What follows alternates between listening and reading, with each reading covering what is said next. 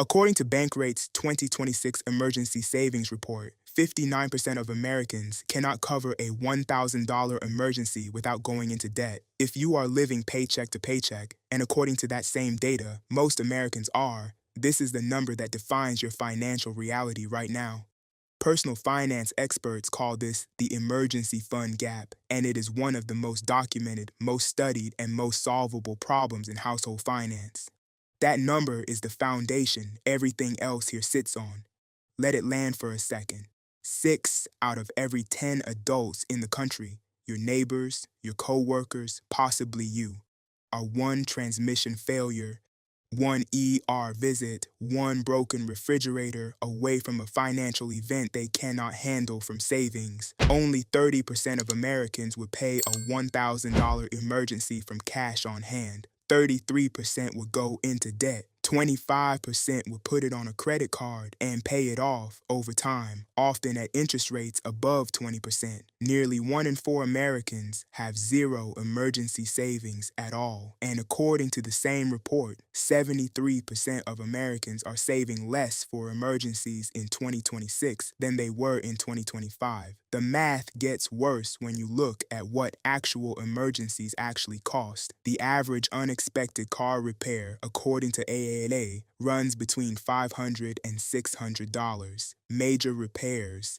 engine failure, transmission replacement, run between $2,000 and $10,000. The average emergency room visit in the United States, according to National Highway Traffic Safety Administration data, costs around $3,300. A standard car accident requiring medical treatment averages $15,000. These are not rare events. These are the ordinary surprises of being alive. When you do not have a cushion, every one of these events becomes a financial disaster. The $1,000 transmission goes on the credit card at 22% interest. The $3,300 ER bill becomes a hospital payment plan. The $600 brake replacement turns into a late rent payment, which turns into a late fee, which turns into a missed utility payment, which turns into a service shutoff. This is the cascade that destroys household finances every year, and it is also one of the most fixable problems in personal finance because the cure is straightforward. The cure is an emergency fund, a specific amount of money in a specific kind of account that exists for exactly one purpose: to absorb the impact of life's unpredictable moments without breaking your monthly budget. Over the next 90 days, here is exactly how to build one from scratch. Most personal finance advice tells you that an emergency fund should cover 3 to 6 months of expenses. That number is correct as a long-term target. It is also, for most people starting from zero, deeply discouraging. If your monthly expenses are $4,000, 3 months means $12,000, 6 months means $24,000. Looking at a $24,000 target when you have $200 in your checking account is one of the fastest ways to give up before you start. This is why 90 days and not 6 months is the right starting horizon. The Bankrate data backs this up. The most cited expert recommendation is 3 to 6 months of expenses, but according to the 2026 report, 63% of Americans say they would need at least 6 months of expenses to feel comfortable. Only 27% actually have that much. The gap between what people think they need and what they actually have is enormous, and trying to close it in a single sprint is what makes most people give up entirely. It is worth noting that different authorities set this first milestone slightly differently. Dave Ramsey's Baby Step 1, arguably the most widely followed emergency fund framework in the country, targets exactly $1,000 as the starter amount before attacking debt. Suze Orman argues for a much larger cushion, recommending 8 to 12 months of expenses for full security. Both experts agree on the core logic. You need something liquid before anything else matters. The $2,000 target here sits between those goalposts, higher than Ramsey's minimum, lower than Orman's full target, which is where the data suggests most households get the best combination of speed and real protection. The realistic starter target is 1 month of basic living expenses, or a fixed sum like $1,000 to $2,000, whichever comes first.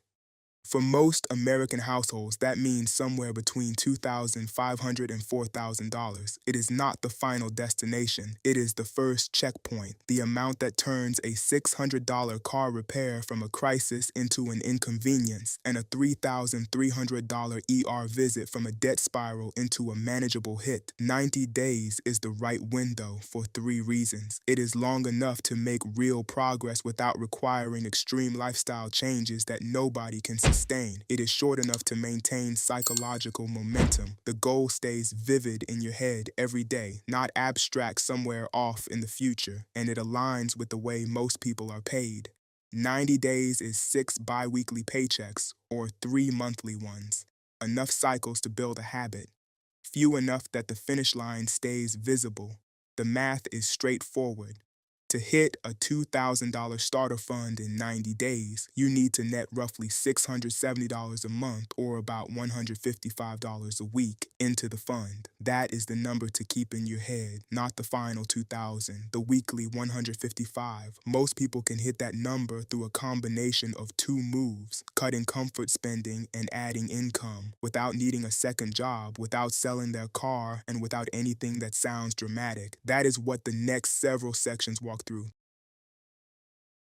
The first move is not to earn more. It is to find money that is already leaving your bank account that you do not actually need to be spending, and to redirect it to your fund. Almost everyone has this money. They just have not measured it. Take a piece of paper or open a spreadsheet and pull the last 30 days of transactions from every account you use: checking, credit cards, payment apps, the smaller cards you forget about. Categorize each transaction into one of 2 buckets: survival needs, rent, utilities, insurance, basic groceries, gasoline or transit, medication, debt minimum payments. Everything else goes in the second bucket. This is the core logic behind frameworks like the 50-30-20 rule. 50% of take-home to needs, 30% to wants, 20% to savings and debt, and zero-based budgeting, where every dollar gets assigned a job before the month starts. You do not have to adopt either system wholesale, but running this audit gives you the same raw information both systems are built on: exactly where your money is actually going versus where you assume it is going. The second bucket is where the fund gets built. 3 categories tend to dominate that second bucket for most American households. Subscriptions.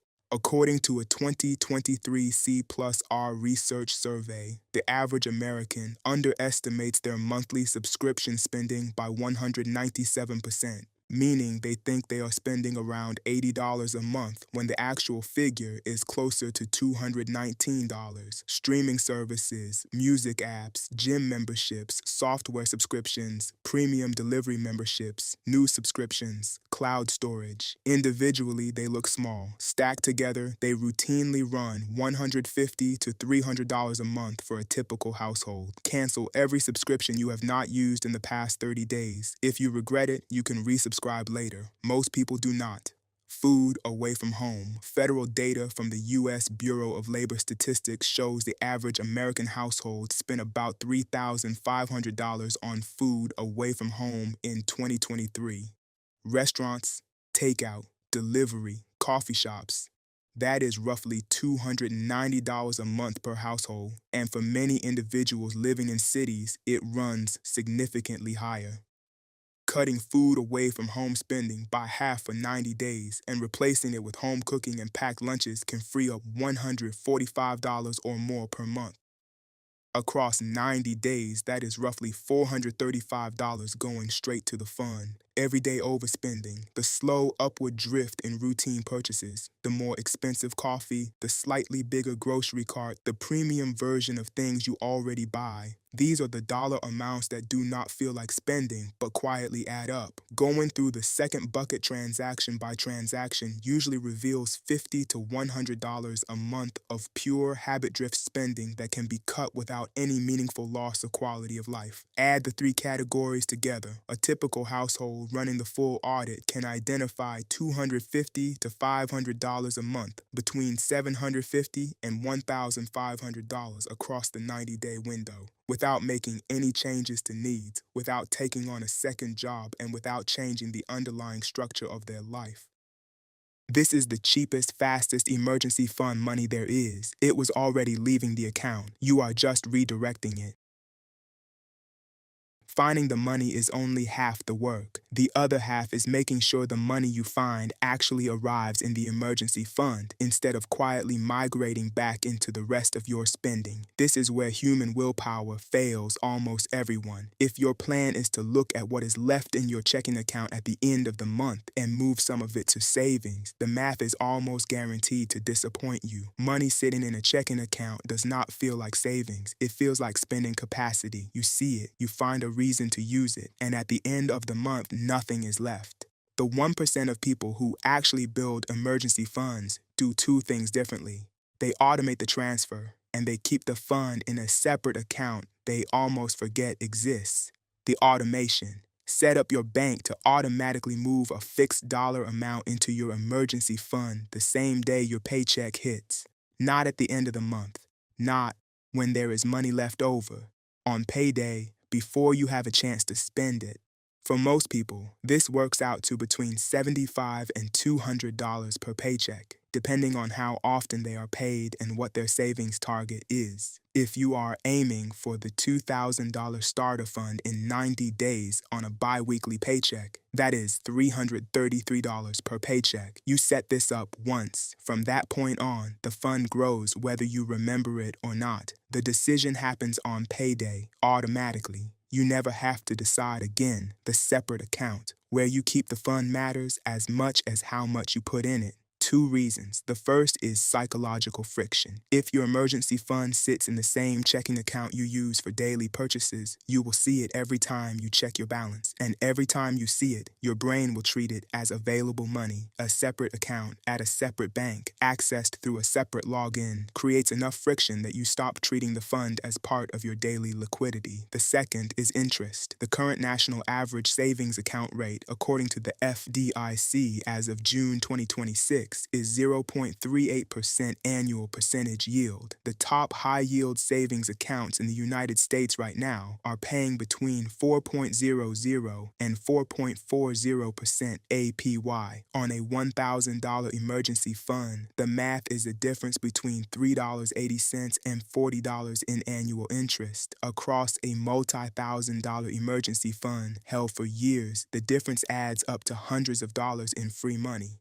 The right account for this is a high-yield savings account at an online bank, FDIC insured up to $250,000 per institution, no monthly fees, no minimum balance requirements, and accessible by transfer to your main checking account within 1 to 3 business days. Banks like Marcus, by Goldman Sachs, Ally Bank, and Capital One 360 are among the most commonly used options in this category. All FDIC insured, all currently paying competitive APY, and all with no minimum balance requirement to earn the advertised rate. That last detail matters. The fund needs to be liquid enough to deploy when a real emergency hits, but not so liquid that you reach for it on a Friday night. The combination, automation plus a separate, higher-yielding account, is the single highest leverage move in this entire plan. It converts willpower, which is finite, into a system which is not.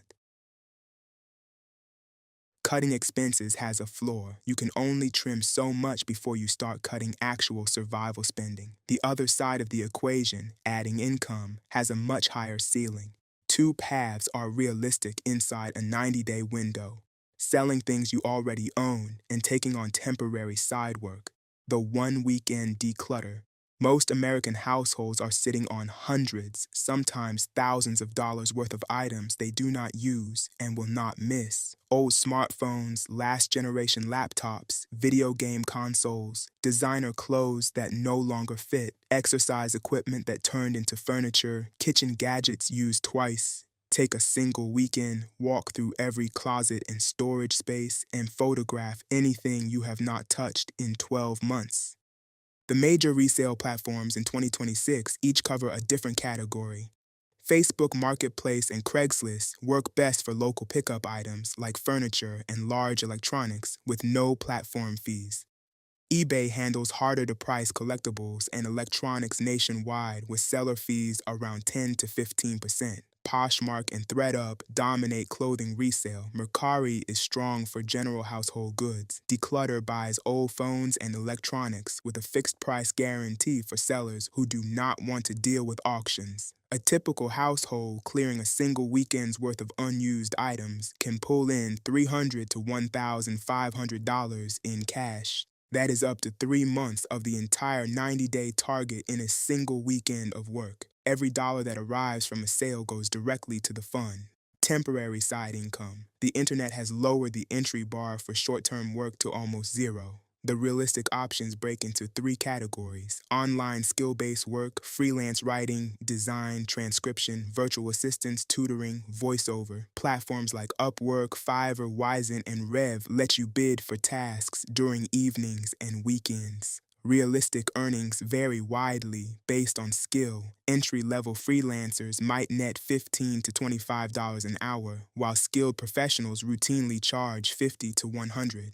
Local task work, rideshare driving with Uber or Lyft, food delivery with DoorDash or Uber Eats, errand running through TaskRabbit, dog walking through Rover or Wag. These platforms pay $15 to $30 an hour on average, depending on city and time of day. Lower ceiling than skill-based work, but no portfolio or skill ramp-up needed. Gig marketplace work, Amazon Mechanical Turk for micro tasks, Prolific and user testing for paid research participation, FOP and other platforms for stock photo licensing. These tend to be lowest paying but require zero scheduling commitment. The math is straightforward. Adding 10 hours a week of side work at $20 an hour generates $200 a week, or $2,600 across the 90-day window, more than the entire starter fund target, paid for entirely by hours that did not exist in your budget before. The point is not that you have to do all of these. The point is that there is no shortage of options. Pick the one that matches your skills, schedule, and tolerance for friction, and run it for 90 days. After that, you can keep it or stop.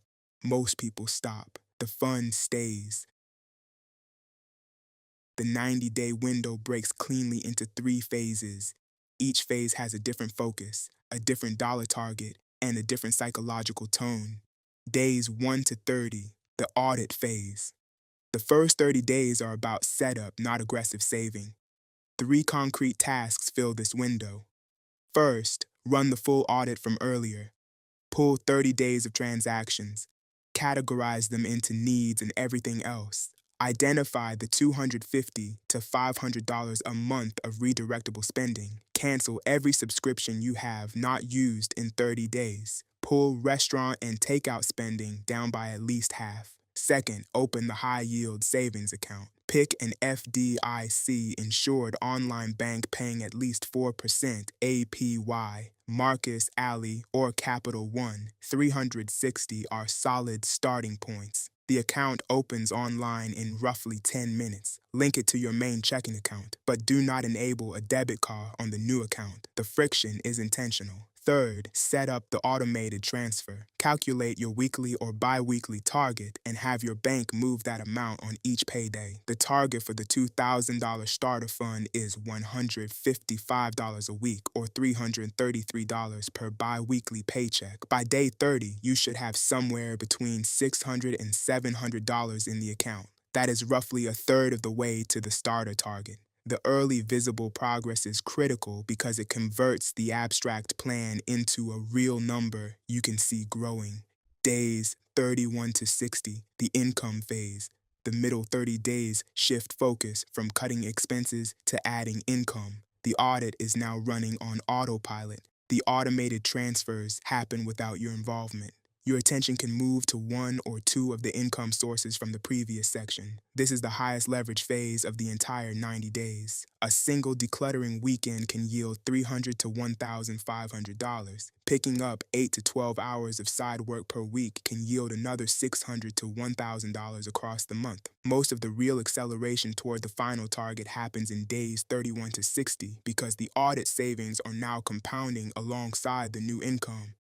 By day 60, the account should hold between $1,300 and $1,700. The finish line is now visible. Days 61 to 90, the lock-in phase. The final 30 days are about crossing the finish line and converting the temporary discipline into permanent habits. The dollar amount keeps climbing. The automated transfers continue. The side work either continues at a lower volume or stops entirely once the target is reached. The more important work in this phase is psychological. The fund is now real money. It will start to look like spending capacity, especially as it crosses the $1,500 mark. The single biggest failure mode in 90-day plans is not the first 60 days.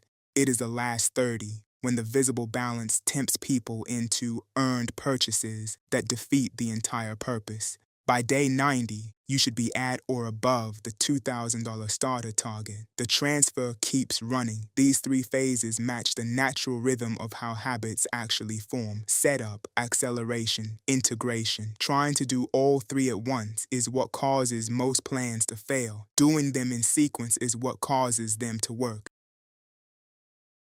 Here is a situation that derails more 90-day plans than any other. You are 50 days in. Your fund is at $1,400. You have been disciplined. The automation is working. Then on a Tuesday afternoon, your transmission fails. The mechanic calls and tells you the repair will cost $1,200. Most people in this moment feel one of two things. Either they feel like a failure for having to use the fund, or they feel a flash of temptation to put the repair on a credit card and keep the savings intact. Both reactions are wrong. Using the fund for a real emergency is not failure. It is the entire point. The math of the situation is worth running. If you put the $1,200 transmission on a credit card at the current average interest rate of around 22% APR and pay it off over 12 months, you end up paying roughly $1,335 total. That is $135 of pure interest expense gone forever across the population of people who do not have an emergency fund. This is the cascade that quietly destroys household finances. Each emergency adds another $100 to $300 in interest charges that compound on top of all the other debts already running. Now consider what happens with the fund. You pay the $1,200 from your emergency fund. The repair is done. There is no interest. There is no debt. There is no late payment cascade. Your fund balance drops from $1,400 to $200. That is uncomfortable to look at. It is also the system working exactly as designed. You are now 50 days into a 90-day plan with $200 in the fund. The temptation is to feel like you have to start over. You do not. You have 40 days left in the original sprint. You also still have the audit running, the automation running, and whatever income you added in days 31 to 60. Reset the math. If your weekly contribution is $155 and your starter target is $2,000, you now need to net $1,800 in 40 days. That works out to roughly $315 per week, meaningfully higher than the original $155, but not impossible. Layering one or two more side work shifts per week or pulling another $100 from non-essential spending gets you there. Even if you do not fully hit the original 90-day target, you finish the sprint with a working fund and the habits in place to keep adding to it. The lesson buried in this scenario is one of the most important in the entire emergency fund concept. The fund is not a trophy, it is a tool. You are not building it so you can admire the balance. You are building it so that when transmissions fail, ER bills arrive, and refrigerators stop working, all of which they will. The events become inconveniences instead of crises. A fund that gets used and refilled is doing exactly what it was designed to do. A fund that never gets touched because you were lucky for a year was not tested. The first is more valuable than the second because you now know the system works. There is a specific failure pattern that hits emergency fund builders after about day 45. It is worth knowing in advance because awareness is most of the cure. The pattern goes like this. The fund crosses the $1,000 mark. For the first time in years, possibly ever, the balance feels real. It is no longer a tiny experiment. It is a respectable amount of money in a separate account, growing steadily. And the moment that feeling lands, the brain immediately starts looking for ways to spend it. The internal voice gets creative. I have been so disciplined for 6 weeks, I deserve a small reward. Or, the fund is doing well enough that I can afford to put $200 toward those shoes. Or, I will just borrow $300 from the fund for the weekend and replace it next paycheck. Each of these thoughts feels reasonable in isolation. Each of them is the same failure dressed in different clothes. The data on this is unambiguous. According to Bankrate's 2026 report, the people most likely to fail at building emergency funds are not the ones who never start. They are the ones who start, build to a meaningful balance, then deplete it on non-emergencies before completing the sprint. 3 specific tactics protect against this. Make the fund harder to access. Most online ISAs allow you to delay outbound transfers by 24 to 72 hours. Enable any such friction option your bank offers. The point is not to make the fund inaccessible. Real emergencies still need to be paid. The point is to add enough delay that impulse purchases die in the gap. Define what counts as an emergency in writing before you need to. Write down 3 sentences. An emergency is something unexpected, urgent, and necessary. It is not a sale. It is not a vacation. It is not a regret about not buying something earlier. Keep this somewhere you can see it. When the temptation hits, the written definition does more work than any amount of willpower. Tell one trusted person about the goal. Not a public announcement, a single accountability partner, a sibling, a close friend who knows the target, the timeline, and the current balance. Knowing that one specific person will ask about your progress next week creates more discipline than any internal commitment. The other psychological pitfall worth flagging is credit card rewards. Cards with cashback or points can be useful tools when used by people who pay off the full balance every month. They become traps for people building emergency funds because the reward structure encourages slightly higher spending to chase points. During the 90-day sprint, default to using a debit card connected directly to your checking account. Physical cash, where practical, creates even more spending friction. The few dollars in rewards you forgo are a rounding error compared to the discipline you protect. The discipline ends on day 90. Until then, the rule is simple. The fund is not for you. It is for future you on a future Tuesday afternoon when something breaks. If you finish the 90-day sprint with $2,000 in a separate, high-yield account, you have done something that, by the data, most Americans never accomplish. The Bankrate 2026 report puts the figure plainly. Only 47% of adults have enough liquidity to cover a $1,000 emergency. You are now in the half of the country that does. But this is the first checkpoint, not the destination. The full emergency fund target, the one that actually protects against extended job loss or serious illness, is 3 to 6 months of expenses. For most American households, that is somewhere between $12,000 and $24,000. Looking at that number from where you started, 0, felt impossible. Looking at it from where you now are, $2,000 in, automation running, audit complete, side income proven, it is a question of time, not capability. The path from here is mechanical. If you keep the automation running at $333 per bi-weekly paycheck, you add $8,658 over the following 12 months. Combined with whatever income additions you keep in place, hitting a $12,000 to $15,000 fund within 18 months from your original start date is a realistic forecast for most households. From there, the next milestone, 6 months of full expenses, is a question of patience, not strategy. And here is where the math gets interesting. Once your fund is funded, the same habits that built it become the engine for everything else.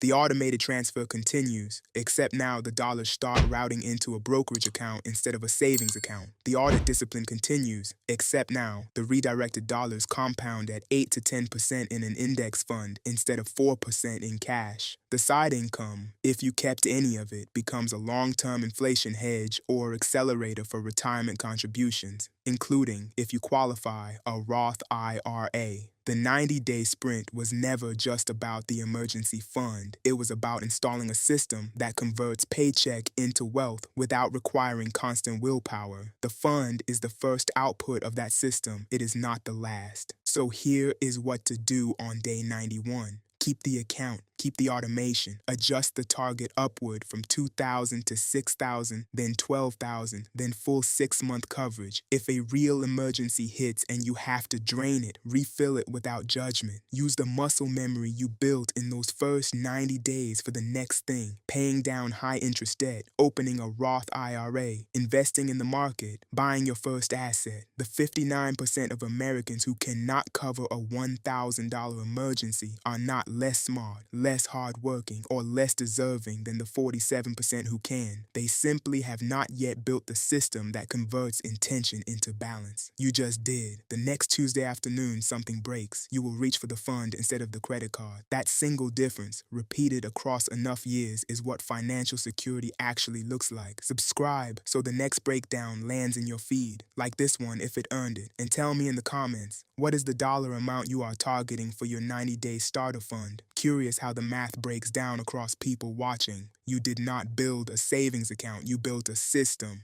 Thanks for being here.